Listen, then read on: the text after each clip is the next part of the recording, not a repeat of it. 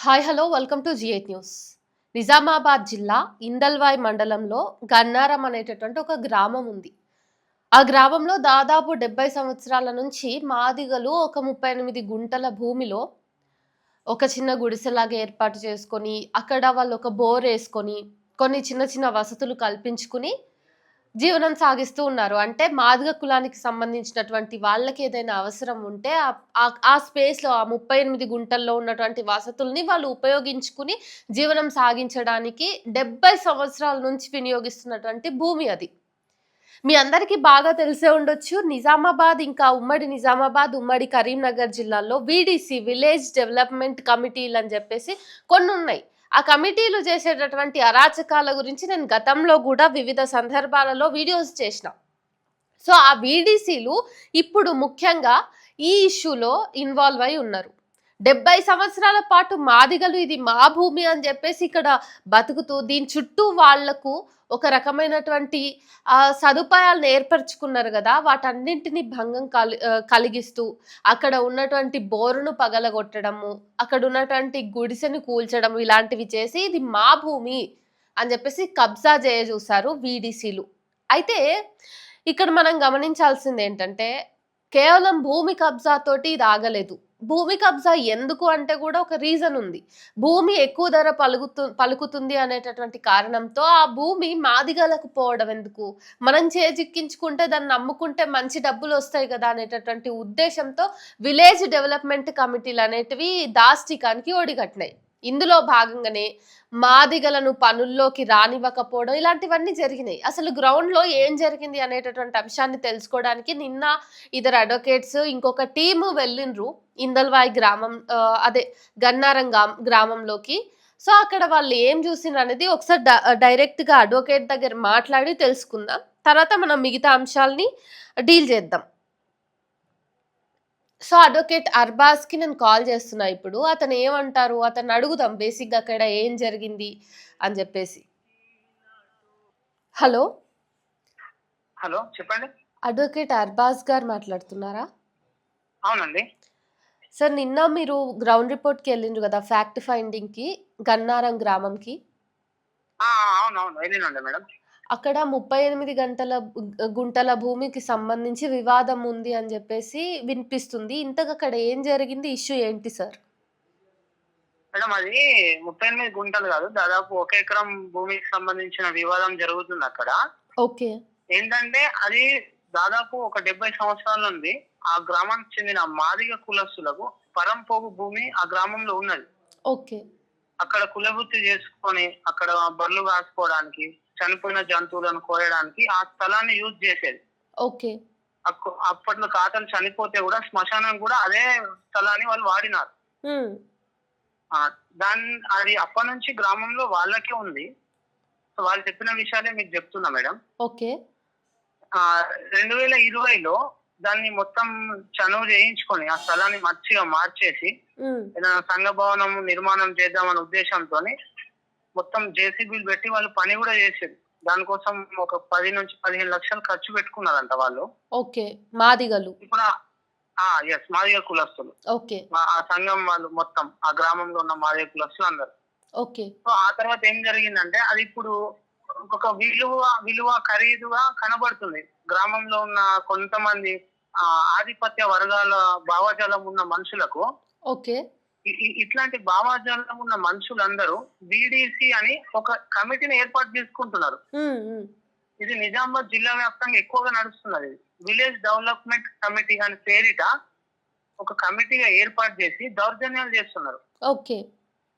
So, వాళ్ళు ఏం చేసిరంటే ఆ భూమి మీద కన్ను పెట్టిండ్రు, నిఘా పెట్టిండ్రు. ఇప్పుడు ఆ భూమి పక్కన వేరే పర్సన్స్ వెంచర్ వేసిర్రు. ఓకే. సో, ఈ భూమిని కూడా వాళ్ళ కబ్జాలో వాళ్ళ ఆధీనంలో తీసుకుంటే విలువ ఉన్నది, ఖరీదైన భూమి అని చెప్పేసి మాదిగల మీద దౌర్జన్యం చేసి ఒత్తిడి చేసే ప్రయత్నం చేస్తున్నారు. ఓకే. సో, వీళ్ళు ఏం చేస్తున్నారంటే దాదాపు గ్రామాన్ని మొత్తం వాళ్ళ ఆధీనంలో తీసుకొని 3500 మంది ఒకవైపు నిలబడ్డారు. మాదిగ కులస్తులు ఒక 100 మందిని ఒకవైపు నిలబెట్టింది. ఓకే. భూమి ఇస్తారా లేదంటే గ్రామంలో నుంచి బహిష్కరించాలా? అంటే భూమి ఇవ్వకపోతే బహిష్కరిస్తారంటారా నిజంగానే?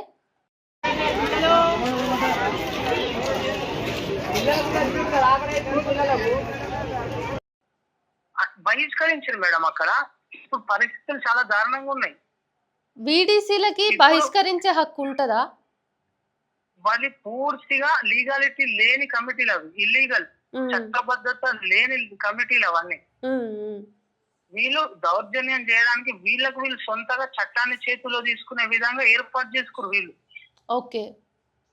ఇప్పుడు అక్కడ పరిస్థితులు ఏ విధంగా ఉన్నాయంటే, మాదిగ కులస్తులు ఎవ్వరి వాళ్ళకి ట్రాక్టర్స్ ఉన్నాయి, ఆ ట్రాక్టర్స్ తో ఎవ్వరు వ్యవసాయ పనులు చేయించుకోవద్దు. ఓకే. మాదిగ కులస్తులు ఎవ్వరు కూడా కూలీ పనికి పిలవద్దు వాళ్ళని. ఉమ్, వాళ్ళు రీసెంట్ గా పోచమ్మ జాతర చేసుకున్నారు, బోనాల పండుగ. ఓకే.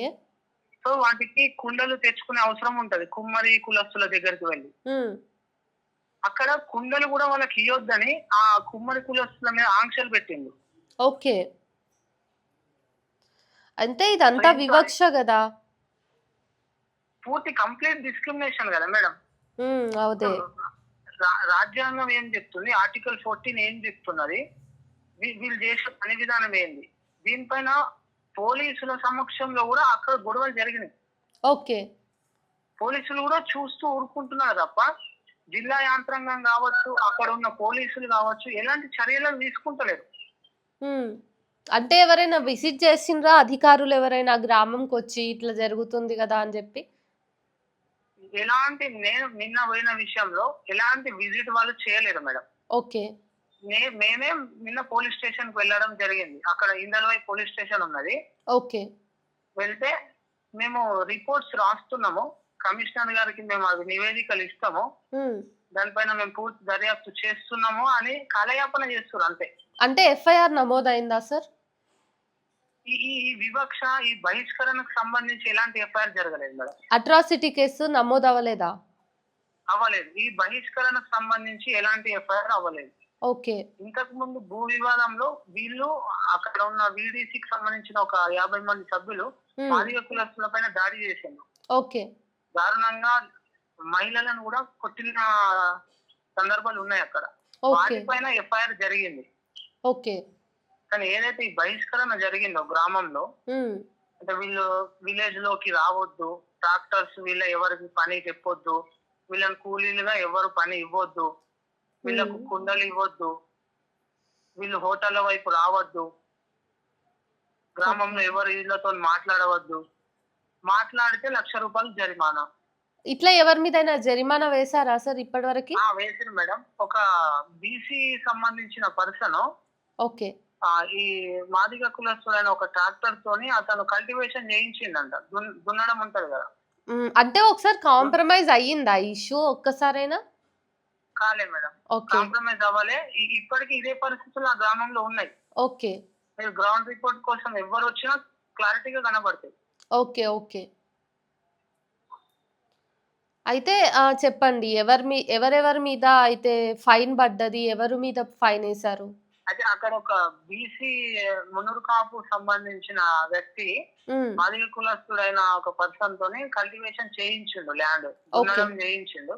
అట్లా దున్నడం చేయించినందుకు నువ్వు ఆ మాదిగ కులస్తుడు ట్రాక్టర్ తోని నీ పొలంలో ఎట్లా పని చేయించుకున్నావు అని చెప్పి ఆ పర్సన్ కి 80,000 జరిమానా బీడీసీ సభ్యులు వేయడం జరిగింది అక్కడ. ఓకే. ఇంకా ఇప్పుడు ఇంకా దారుణమైన విషయం మేడం, పశువులకు ఏదైనా రోగాలు వస్తాయి కదా ఈ కాలంలో. అక్కడ పశువులకు రోగం వస్తే ఒక బీసీ కులానికి సంబంధించిన పశువుల డాక్టర్ ఉన్నాడు ఆ గ్రామంలో. ఓకే. పశువులను చూడడానికి కూడా వెళ్ళొద్దు అని చెప్పి ఆయన ఆంక్షలు పెట్టారు. అంటే ఆ డాక్టర్ ప్రభుత్వ ఉద్యోగి కదా? ప్రభుత్వ ఉద్యోగి కాదు, ప్రైవేట్ ఉద్యోగి. కానీ ఆ విలేజ్ లో ఎవరైనా పశువులకు ఆయననే చూస్తాడు, అంటే ఆయుర్వేదిక్ మందులు, చెట్ల మందులు లాగా ఇస్తాడు అన్నమాట. ఓకే. ఓకే. అట్లాంటి సందర్భంలో వీళ్ళు వేరే విలేజ్ కి వెళ్ళి వేరే మండలానికి వెళ్ళి అక్కడ నుంచి పశువుల డాక్టర్ తీసుకొచ్చి పశువులను నిలుచుకుంటున్నారు ఇప్పుడు. అచ్చా. ఓకే. అట్లాంటి దుర్మార్గమైన పరిస్థితులు ఆ గ్రామంలో ఉన్నాయి మేడం. నాకు గ్రౌండ్ లెవెల్ అక్కడికి వెళ్ళినాం, ప్రతి అందరినీ కూర్చోబెట్టి మాట్లాడినాం. ఓకే. వాళ్ళు గ్రామస్తులు ఏం చెప్తున్నారు? గ్రామస్తులు ఏం చెప్తున్నారు అంటే మేడం, సిపి గారు కావచ్చు, ఎస్సీ ఎస్టీ కమిషన్ చైర్మన్ గారు కావచ్చు, అధికారులు, జిల్లా యంత్రాంగం ఆ గ్రామానికి రావాలి. అక్కడ జరుగుతున్న గ్రౌండ్ లెవెల్ వాళ్ళపైన జరుగుతున్న అణచివేత, వివక్ష వాళ్ళు చూడాలి. చూసి వాళ్ళకి న్యాయం చేయాలి. ఇప్పుడు ఇప్పుడు ఈ అదే గ్రామ గ్రామంలో బహిష్కరణ దళితులు కాకుండా వేరే కులస్తులు ఉన్నారు కదా, వాళ్ళు ఏమంటున్నారు? వాళ్ళు మా ఈ ఈ విషయంలో, ఈ గొడవలో కదా, ఈ బహిష్కరణ అవును విషయంలో అవును. భూమి ఇస్తే ఈ ఇష్యూ మొత్తం సద్దుమణిగిపోతుంది. ఓకే. ఆ భూమి వాళ్ళకి హ్యాండ్ ఓవర్ చేయాలి. అచ్చా, వీడీసీలకి ఇదంతా ఇచ్చేసేయాలి. భూమి ఇచ్చేయాలి. ఓకే. వాళ్ళకి ఆ భూమి కావాలి. ఓకే. భూమి ఇవ్వకపోతే ఇదే బహిష్కరణ ఉంటది. వాళ్ళు ఇదే వివక్ష గురవుతారు. అంటే ఇప్పుడు వీడీసీల మాట మీదే గ్రామం మొత్తం ఉందంటున్నారు. విడిసిల పేరిట నడుస్తున్నదే దౌర్జన్యం. వాళ్ళ పేరు మీద నడుస్తుంది. వాళ్ళే చట్టము, వాళ్ళే పోలీసు వాళ్ళు. అక్కడ ఓకే. ఏ జిల్లా యంత్రాంగం లేదు, ఏ పోలీస్ వ్యవస్థ లేదు. వాళ్ళే వ్యవస్థ. వాళ్ళే ఒక రాజ్యాంగం రాసుకురు ఆ గ్రామంలో. ఓకే. వాళ్ళు చెప్తుంది అందరూ వినాలి. Okay sir. భూమి ఇవ్వమంటే ఇవ్వాలి. ఓకే. అదే పరిస్థితి అక్కడ ఉంది మేడం. ఓకే సార్, నేను మళ్ళీ మీతో మాట్లాడతా. Thank you so much. Okay okay madam. Yeah. Okay, తర్వాత సో ఇట్లా ఉంది పరిస్థితి. వీడీసీలు విలేజ్ డెవలప్మెంట్ కమిటీ అసలు చట్టబద్ధత లేదు. ఇది అన్కాన్స్టిట్యూషనల్ ఒక ఫ్రేమ్ అంతే. ఇది ఎవరికి వాళ్ళు మేము ఈ ఊరి పెద్దలము, ఈ ఊరిని మేము బాగు చేస్తాము అనుకుంటే వాళ్ళు ఒక కమిటీకి ఏర్పడితే ఇంకా అది అఫీషియల్ అయిపోతుందా? రాజ్యాంగం పనిచేస్తుందా లేదా? ముఖ్యంగా చాలా రోజుల నుంచి, అంటే ఇప్పుడేదో కొత్తగా వచ్చినటువంటి సమస్య కాదు వీడీసీలది. కేసీఆర్ సర్కార్ ఉన్నప్పటి నుంచి ఉంది. మరి ప్రజాపాలన వచ్చినప్పుడైనా వీడీసీల అరాచకత్వానికి మరి ఈ ప్రజాపాలన రేవంత్ రెడ్డి ఫుల్ స్టాప్ పెట్టాలి కదా. ఎంత దారుణంగా ఉంటున్నాయి పరిస్థితులు అంటే, రాజ్యాంగం చెప్పేది కాదు వాళ్ళకి అవసరమైనది, రాజ్యాంగం చెప్పినట్టు వినేటటువంటి బాధ్యత వాళ్ళకి లేదు అనుకుంటారు. అక్కడ ప్రత్యేకమైనటువంటి రాజ్యాంగం అమలవుతుంది. అది వీడీసీల ఇష్టారాజ్యంగానే నడుస్తుంది. వీడీసీలు ఫలానా హుకుం జారీ చేసిండ్రు అంటే దాన్ని ఆ గ్రామస్తులు తూచా తప్పకుండా పాటించాల్సిందే. మీరు ఇక్కడ ముఖ్యంగా గన్నారం ఈ గ్రామంలో సంబంధించినటువంటి కేసులో గమనించినట్టయితే వీడీసీలు మాదిగ కులస్తుల్ని ఎటువంటి పనుల్లోకి పిలుచుకోవద్దన్నారు. గ్రామస్తులు పిలుచుకోవట్లేదు. పొలం పనుల్లో కూలీ పనికి కూడా పిలుచుకోవద్దన్నారు, పిలుచుకుంటలేరు. మాదిగల ట్రాక్టర్లను వాడొద్దు అన్నారు, ఎవరు వాడుకోవట్లేదు. వాడుకుంటే జరిమానా 80,000, 1,20,000 ఇట్లా జరిమానా వేస్తూ పోతున్నారు. గ్రామంలో కట్టుగా ఉండాల్సినటువంటి గ్రామంలో అసలు ఎవరు వీళ్ళు వీడీసీలు వచ్చి అందరినీ విభజించడానికి?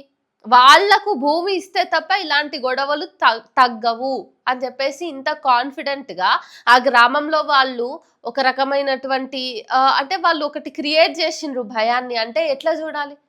మళ్ళీ పోలీసు యంత్రాంగం ఏం చేస్తున్నట్టు?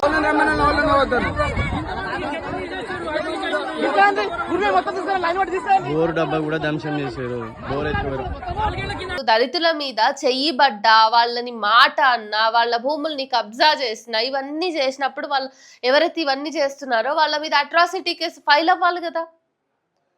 ఆ పరిస్థితి ఎట్లా ఉంది? ఇప్పుడు కేసుకి సంబంధించి అట్రాసిటీ కేసు ఇంకా ఫైల్ అవ్వలేదు అనేటటువంటి అంశం మనకి ఇప్పుడు తెలుస్తుంది. మరి గ్రౌండ్ లో ఉన్నటువంటి అంశాలు నిజంగా ఇంకెంత ఘోరంగా ఉన్నాయో. మహిళల మీద కూడా దాడులు జరిగినాయి అంటే భూమి కోసం, అది కూడా వీడీసీలు వాళ్ళెవరో అస్సలు వాళ్ళకి చట్టబద్ధతే లేదు అన్నప్పుడు మరి ఇష్టారాజ్యంగా వాళ్ళు వాళ్ళ సామంత రాజ్యం అది అన్నట్టుగా పాలించుకుంటూ ఉంటే ప్రభుత్వం ఎందుకు ఇందులో ఇంటర్ఫేర్ అవ్వట్లేదు? ప్రభుత్వం ఎందుకు వీడీసీ వ్యవస్థను రద్దు చేయటం లేదు? ఇంకా ఎన్ని కుల బహిష్కరణలు జరగాలి? గతంలో కూడా ఇదే నిజామాబాద్ జిల్లాకి సంబంధించి మనం వార్తలు చూసినాం. దళితులను వివక్షకి గురి చేయడం, దళితులను గ్రామ బహిష్కరణ చేయడం, ఇవన్నీ వీడీసీలు చేస్తున్నారు. అసలు ఈ వీడీసీలకు ఆ హక్కులు ఎవరిచ్చిరు?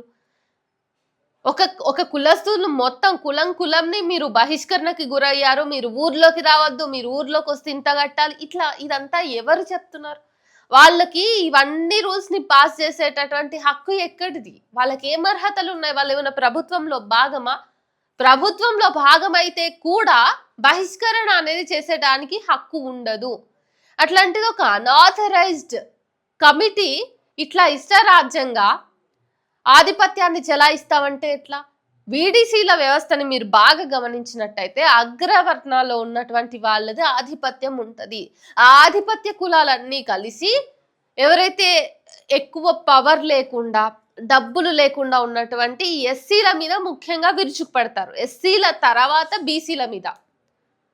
ఈ వీడీసీలు ఇంత దారుణంగా వాళ్ళు సొంతంగా ఇది మా రాజ్యం అన్నట్టు పరిపాలిస్తుంటే రేవంత్ రెడ్డి గారు ఇంత సైలెంట్ గా ఉండడం అనేది కరెక్ట్ కాదు. అయ్యా మీరే హోంశాఖ మంత్రి, మీ కిందనే పోలీసు వ్యవస్థ ఉంది అన్నప్పుడు మరి నిజామాబాద్ జిల్లాలో పోలీసులు ఎందుకు ఇంత సైలెంట్ గా ఉన్నారు?